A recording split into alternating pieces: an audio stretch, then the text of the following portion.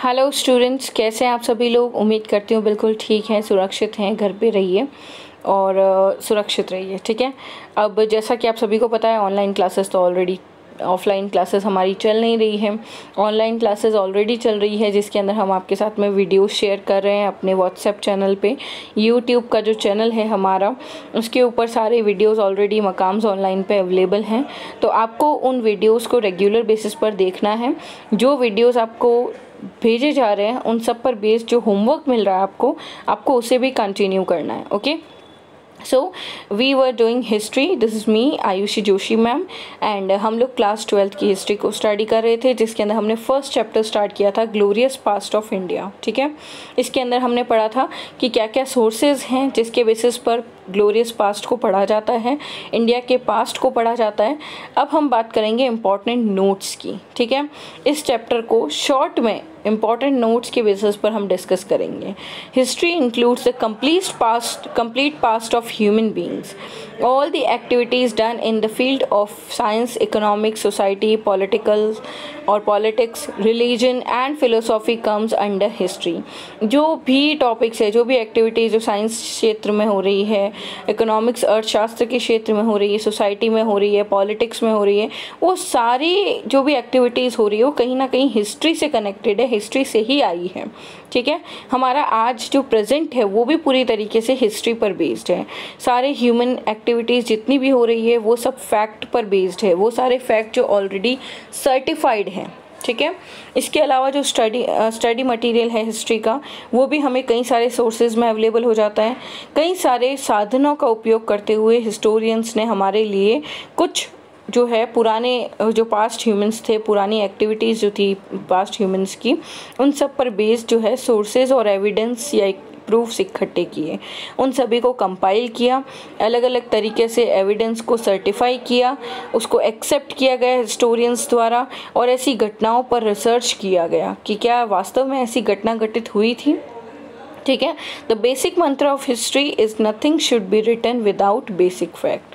Basic facts के अलावा आप जो मतलब आप अगर हिस्ट्री में देखेंगे तो वो सारी चीज़ें लिखी है जो फैक्ट है, बेसिक फैक्ट है, जिसको प्रूव किया गया है, जिसके ऊपर स्टडी किया गया है। ठीक है।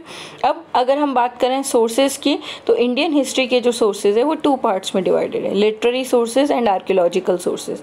ये मैं आपसे ऑलरेडी लास्ट वीडियो में डिस्कस कर चुकी हूँ कि लिटरेरी सोर्सेज को कितने पार्ट्स में डिवाइड किया गया है, किसे कहते हैं, और आर्कियोलॉजिकल सोर्सेज को क्या कहते हैं, कैसे किस पार्ट में डिवाइड किया गया है। ठीक है। फिर भी ब्रीफली डिस्कस कर लेती हूँ।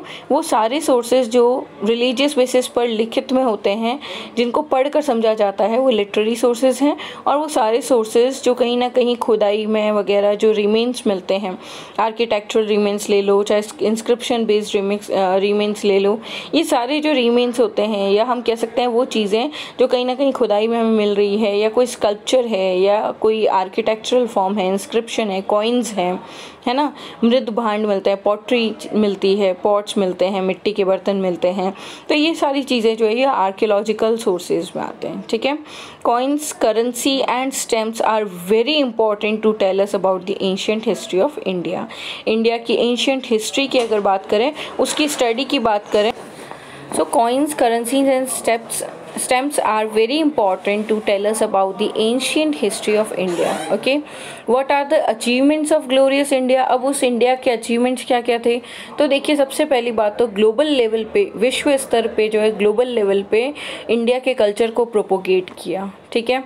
उसके अलावा वेस्टर्न हिस्टोरियंस ले लो, साइंटिस्ट ले लो, उन सभी ने अपनी फीलिंग्स को बताया कि इंडिया जो है कल्चर लेवल पे ले लो या किसी भी अन्य लेवल पे लेंगे अगर अपन, तो सुपीरियर लेवल पे है, मतलब बहुत हाई लेवल पे है India.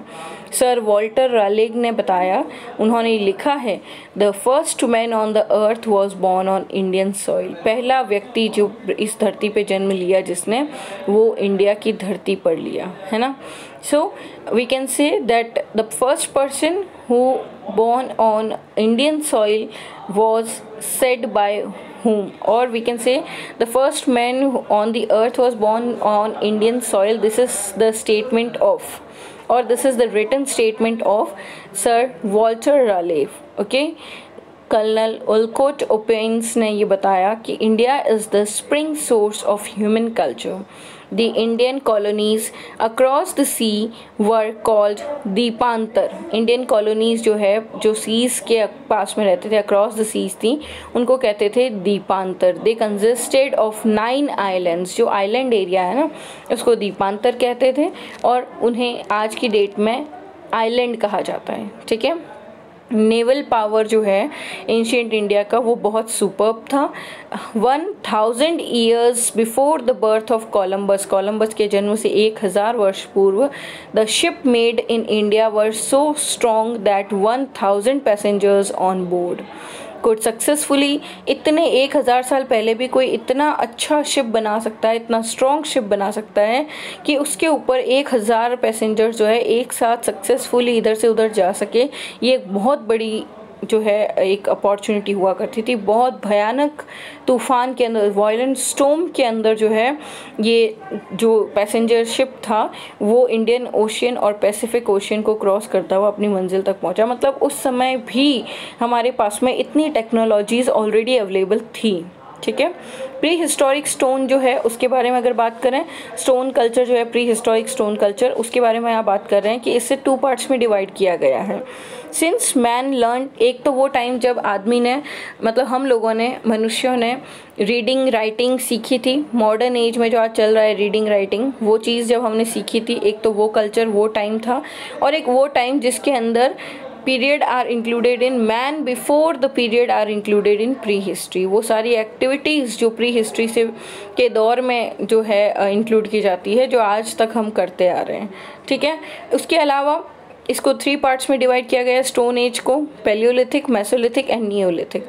These 3 ages are basically the part of stone age when the stone tools were excavated। जिस समय स्टोन टूल्स, पत्थर के औजार बनाए जाते थे, तो एक समय था जब सिर्फ पत्थर को ऐसे ही शेप दे दिया जाता था राउंड में, फिर धीरे धीरे उसको शेप दे करके नुकीले हथियार बनने लगे, तीसरे में उसके साथ में दूसरे अन्य धातु इस्तेमाल होने लगे। तो इस तरह का जो सिनेरियो क्रिएट हुआ, उस बेसिस पर हमारे स्टोन एज को 3 पार्ट्स में डिवाइड किया गया टाइम पीरियड को, पैलियोलिथिक, मेसोलिथिक एंड नियोलिथिक। ठीक है। During the prehistoric age के टाइम पे मैन लिव्ड इन डेंस, मनुष्य जो है वो डेंस में रहते थे, जो कि नेचुरली बनी होती थी। गुफाएं होती है, गुफाओं में रहा करते थे। ठीक है। जो कि वैलीज, रिवर्स, केव्स, उनके अंदर जो है गुफाएं बनी होती है, वहाँ पे रहते थे मैंस। ठीक है। And these were called rock dwellings. ये जो होते थे, जो माउंटेन्स में या रिवर्स के अंदर या वैलीज़ के अंदर जो बनी होती है गुफाएं, जो नेचुरली बनी होती है, हम मनुष्यों द्वारा नहीं बनाई जाती, नेचुरली बनी होती है, उसे कहते हैं रॉक ड्वेलिंग्स। ओके। तो आज के इस वीडियो में हमने क्या देखा? आज के इस वीडियो में हमने देखा है कि कैसे हमारा पास्ट शुरू हुआ, हमारे हिस्ट्री के अंदर किन किन चीज़ों को इंक्लूड किया जाता है, हिस्ट्री को पढ़ने के लिए जो सोर्सेज हैं उनको कितने पार्ट्स में डिवाइड किया गया है, कॉइन्स क्या इंपॉर्टेंस रखते हैं, इसके अलावा अलग अलग जो बड़े बड़े जो ऑथर्स हुए हैं उन्होंने क्या क्या चीज़ें कही है इंडिया के बारे में, और इंडिया के द्वीपांतर किसे कहा जाता है, ये चीज़ें हमने पढ़ी। इसके अलावा जो स्टोन एज है उसे कितने पार्ट्स में डिवाइड किया गया है, और इन स्टोन एज के बारे में डिटेल स्टडी, है ना। तो ये सारी चीज़ें, रॉक ड्वेलिंग किसे कहते हैं, ये भी हमने आज पढ़ा। तो क्वेश्चन क्या है, देखिए होमवर्क में आपके लिए यहाँ 2 क्वेश्चन लिखे हैं। पहला तो है शॉर्ट नोट प्रिपेयर कीजिए आज के लेक्चर पर। ठीक है। इसके अलावा जो मेसोलिथिक एज है उसके बारे में आप पढ़ेंगे, समझेंगे। ये देखिए यहाँ मैंने डिस्कस किया, स्टोन एज है जिसे मेसोलिथिक एज कहते हैं, इसके बारे में आप पढ़ेंगे, गूगल करेंगे, सर्च करेंगे, सब कुछ करके एक शॉर्ट नोट बनाएंगे जिसके अंदर सारा सब कुछ लिखेंगे मेसोलिथिक एज के बारे में, और वो आप मुझसे शेयर करेंगे पर्सनली व्हाट्सएप पे। ओके। सो ये जो लेक्चर था इस पर बेस्ड कुछ क्वेश्चंस भी हैं जो आप नोट कर लीजिए। सबसे पहला क्वेश्चन है व्हाट आर द्वीपांतर्स। Okay. The second question is right the 2 parts of sources of knowing Indian history, or you can give the 2 parts or divide the Indian history into 2 parts according to sources. Okay. उसके बाद में आप क्या लिखेंगे, rock dwelling क्या है, मतलब what is rock dwelling. Okay. And write the parts of or division of stone age. Okay ये 4-5 क्वेश्चन जो मैंने आपसे डिस्कस किए हैं उन क्वेश्चंस के आंसर्स प्लस शॉर्ट नोट्स जो आज आपने वीडियो देखा है उसके ऊपर शॉर्ट नोट बनाइए।